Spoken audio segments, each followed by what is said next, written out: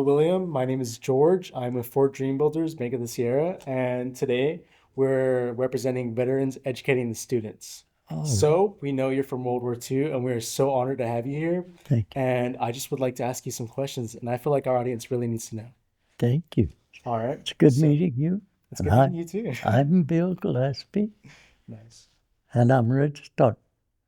Just do what you have to do. All right, cool. All right. So, William, would you be so kind to tell us where you grew up and what military branch you served in? Yeah, I grew up in Arizona. I was born in Glendale, 1923, and I spent all of my military training right here in California. Camp Holland, out to Camp Irwin. Then from there, we went to New York, 2 weeks in New York, and up to Boston with a week in Boston. And from there, we went to, well, my squad went to Scotland, Glasgow. Oh, wow. We was there on mail detail. Well, we wasn't there too long, maybe a week or a little over. Then we went over into England. Then we went into France. And when we got into France, we had our first taste of war. Oh, dang. We had, they had 4 half tracks, 2 M16s, that's with the 4 machine guns, and 2 with the M37 cannon. And they had them zigzag, like one M16 up here, another down here, and then 15s up here.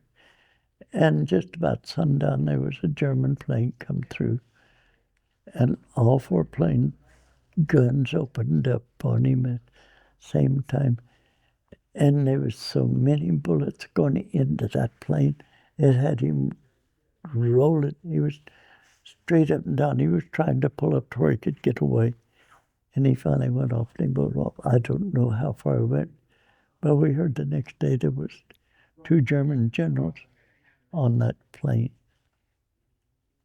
But that's from there we just followed General Patton. Dang. We went across France, Belgium, Luxembourg, all them little countries we went through in a hurry. Then they had the Battle of the Bulge at Bastogne. I wasn't right in the battle, but we were so close. We were close enough that we got a battle star for it. That's, and I had,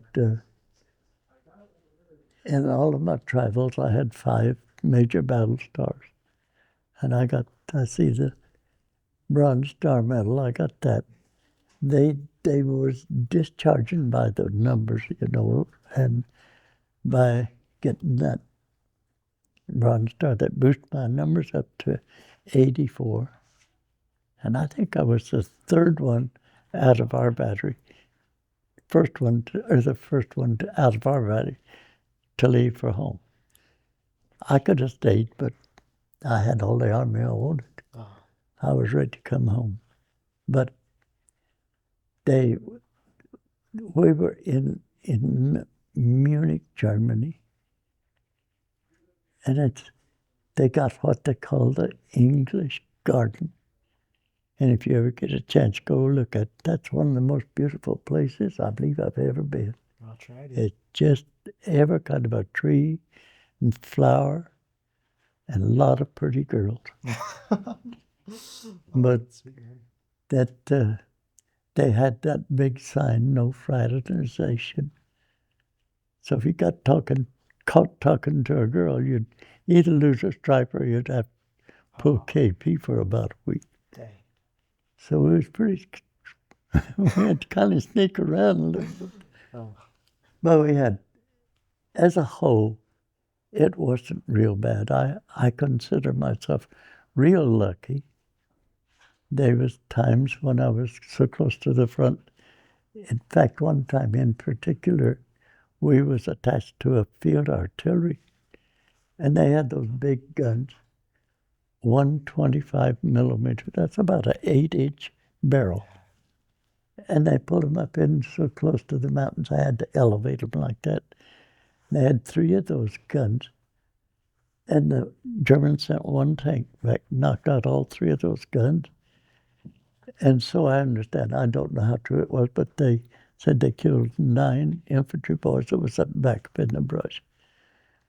I had my foxhole was about probably 3.5 feet, maybe a little more, and my boots were sitting on top of right up in the top of it. And of course, I was just as far down in there as I could get. But I got up the next morning, and the top of my boots was full of shrapnel. Oh. But I got a new pair of boots out of the deal.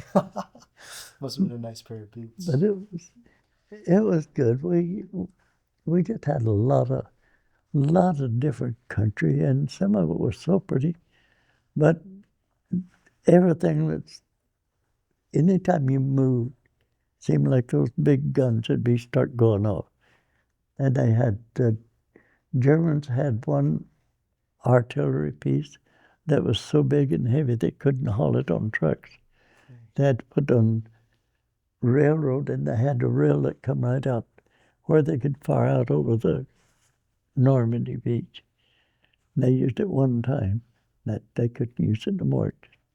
Too big and too heavy.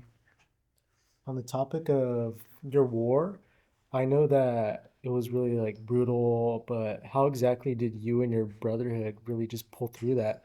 Because you guys went through one of the oldest wars that we have in the 1900s, Yeah. and it was not nice. Well, there was just a little before the Battle of the Bulge started.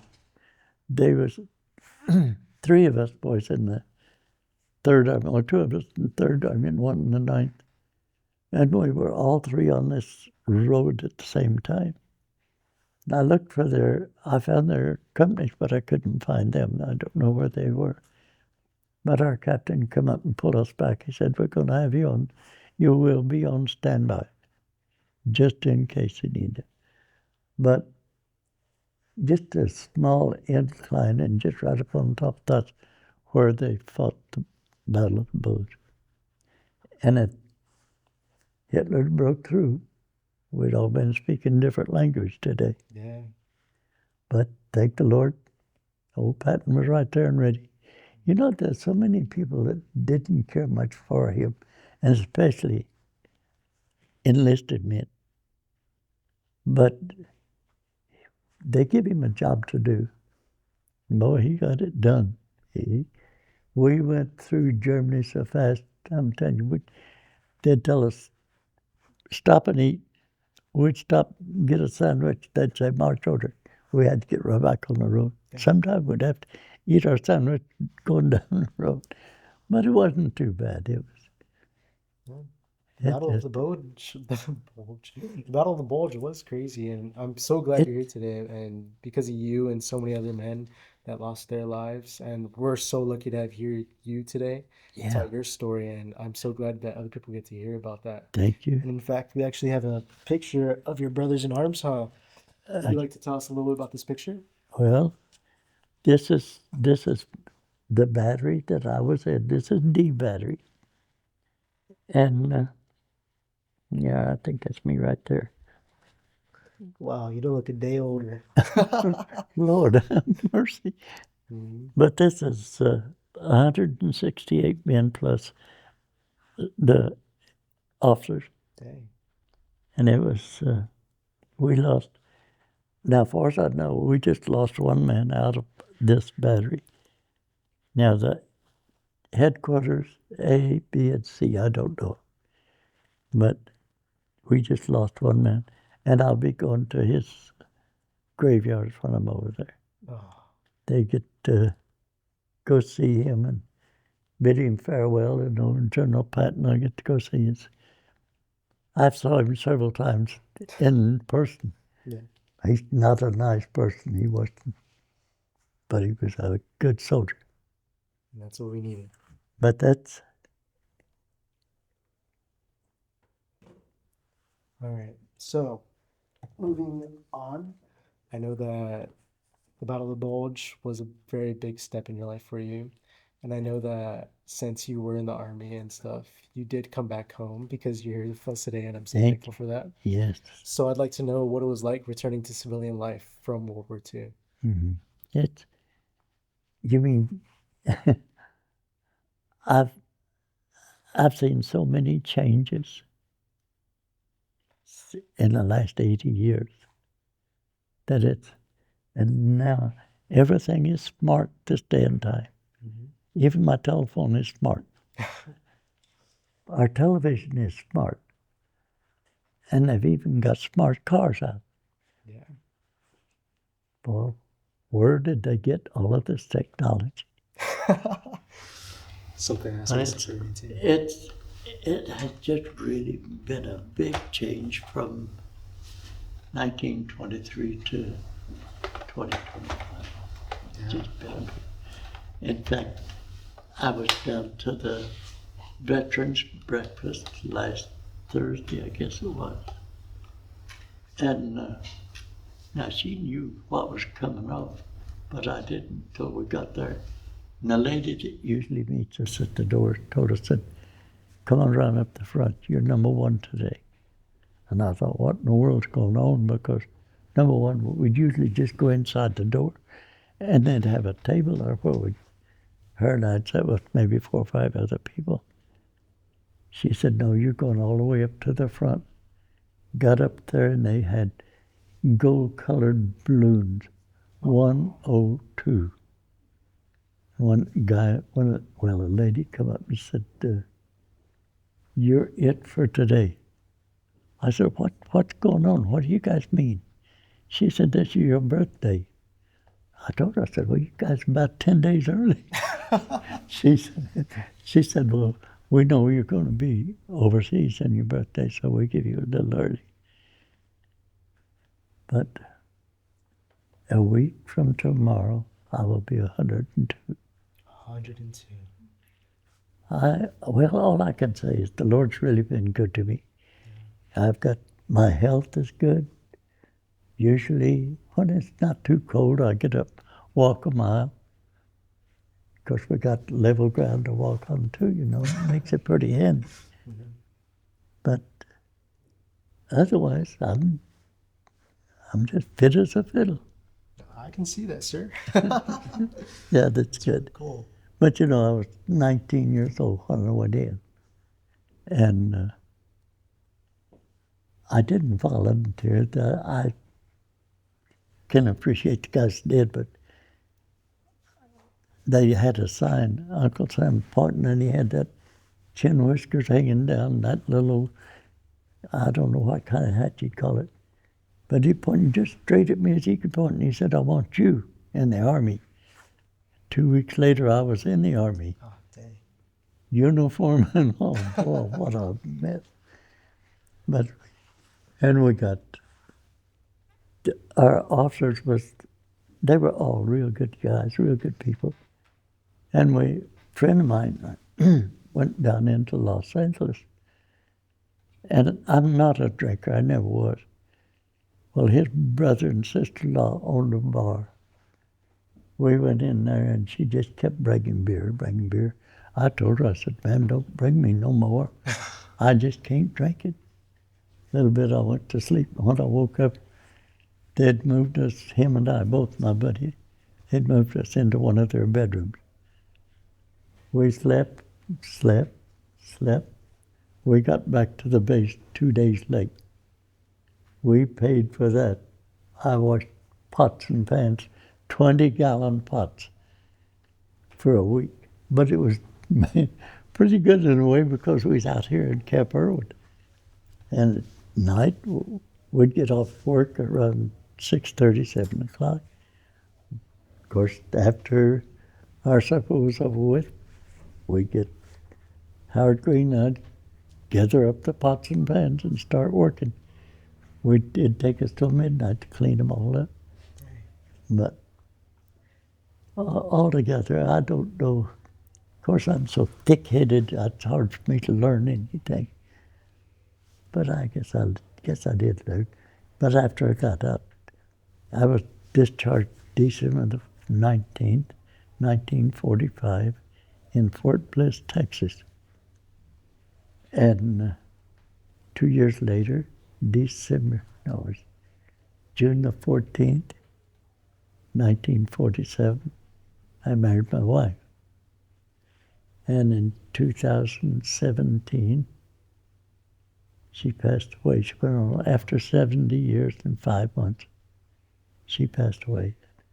I've lost a son. I've got my youngest daughter and then my oldest daughter, and I got two boys. We lost a boy in 2011. But I'm still able to kick with both feet sometimes. Yeah, it's just strong as Yeah, a horse. I'm doing good, and I give the Lord all the credit for everything that's happened to me. And it seemed like everything's been good. I've been to different schools, and I went out not too long ago. She has to figure out where we have to go because I get lost. I can walk out the door, and if I get turned around just a little bit, I'll go the wrong way. But I got that all of them medals, that other card thing. But I got medals that I should have got when I got out of the service. But they string them about that long. Dang. But that Bronze Star put me way up the line. And I think there's 8 or 10 medals altogether. Right? Good contact. I can't name them all off. But I've got a victory medal. It's just a whole bunch of stuff. All right, so you are a decorated hero, and I love hearing about your service, sir. And I'm so glad to have you here because Thank you. it's great. But when you came back home, what was it like adjusting to your civilian life as soon as the war ended? It wasn't too hard. Of course, back then you go right to work quick as you get out of the service. Everything was scarce, and what cost a nickel then cost $1 a nickel today. But you had to get out and either pick cotton or chop cotton or do something like that, cut hay, to make that extra nickel. I had to quit school early. My dad passed away in 1938, and that left my mother with 8 boys and 4 girls. She had her hands full, and she got what they call a widow's pension, which was $21 a month. I had to quit school early and help make a living. And I wish a lot of times I had went back, finished it up, but now I'm so thick-headed I can't learn anything. I just get up in the morning, thank the Lord, put my clothes on and go and eat breakfast. And if it's not too cold, I go for a walk. I got a little redhead that walks with me every day. That's sweet. She's quite a lady. She goes to our church. Yeah. Yes. All right. I can see that you have an honor flight jacket on, so I'm assuming Yeah, I someone's was flying across. in 2019. We was on Flight 38. There was, I think it was 4 World War II veterans, and the rest of them was Vietnam and Korea. And them people's all getting old now, too. But my youngest son went with me on that trip, and he's 6 foot tall, 200 and something pounds. They wouldn't let me walk too much. I had to ride in a wheelchair. So he had to push that wheelchair. He's big enough to handle it. But this time, my oldest son's going with me, and he's same way, 6 foot, 200 and something pounds. Then the young guy that's writing the book on World War II veterans, he's going with us, and he's a big boy too, so I've got a big one on either side of me this time. Sweet. I'm looking forward to it, but I know it's going to be fun, but I'll be glad to get back home. Heck yeah. And I've heard you're going on a trip to England this week, right? Yeah, That's I'll be leaving Tuesday we'll fly out of LA to Boston, LA to Ne- Boston. Then the morning of the 10th, we'll fly from there and go into Amsterdam. Good. I'm getting where I can relive. But I don't know, probably either bus or train from there down to Belgium. And then we'll go to Luxembourg. And as far as I know, we'll probably go over into Germany. But one of the guys in our outfit passed away in there. I don't know what he was hit with, bullets or what, but I think I know he was drinking. He was drinking pretty heavy, so it could be he was actually got a bullet in him or a piece of shrapnel. Yeah. But I'll go and bid him farewell after 80 years. Dang. It's a long time. But it wasn't as bad, you know. Now I know this. When I was up in D.C., they got the sign up there and it tells how many enlisted men that didn't come back. And there was 405,000 American men that did come back. That's not counting the English, the Australians, the big country just north of us. Yeah, some of their men was back here. So, as a World War II veteran, you are amazing, and we'd like to hear more about your generation and how you are the greatest generation. So I was wondering if you could tell our younger audiences what exactly they could carry forward with them from you. I don't know. I'm sure there's guys that could give you a lot better picture of what happened than I can. Because when I got out of service, well, like I say, I got married right off. But before I went in, I was in school just for high school, 8th grade. And I had to quit and help my mother make a living. But from then on, it was just work everywhere. And the only thing I can say would really benefit the young people this day and time, get an education. Stay till it hurts. Then get you an education. You won't have to chop cotton or pick cotton or something like that. You could get a good job, one that'll pay you some money. It's so different, you know. Back after when I got out, they didn't have cotton pickers and cotton choppers. Now they got blockers. They can take 2 rows at a time with that block, go through, and they've got cotton pickers that'll pick an acre, 1 round, 1 through acre, 2 acres to a round. Dang, sir. That's amazing. But I'm afraid that we are running out of a little bit of time, so I want to thank you so much for being here with us, and you were a great interviewee, and you went on so much about your stories. Thank you, I'm glad sir. to hear that. Thank you. And I'm glad our audience will appreciate it too. Thank you so much. I have a gift for you, and it is pretty heavy, so I'm not sure if you Brenda. Yeah. As strong as a horse still. All right. I Oh, hope you enjoy that, sir. All right. Dad. Oh, yeah. Oh, and here's one last I said picture. something about that. My 19-year-old. That was my first furlough. You're quite the handsome young man, sir. Oh, boy. 80. Yeah, a lot of years between here and there.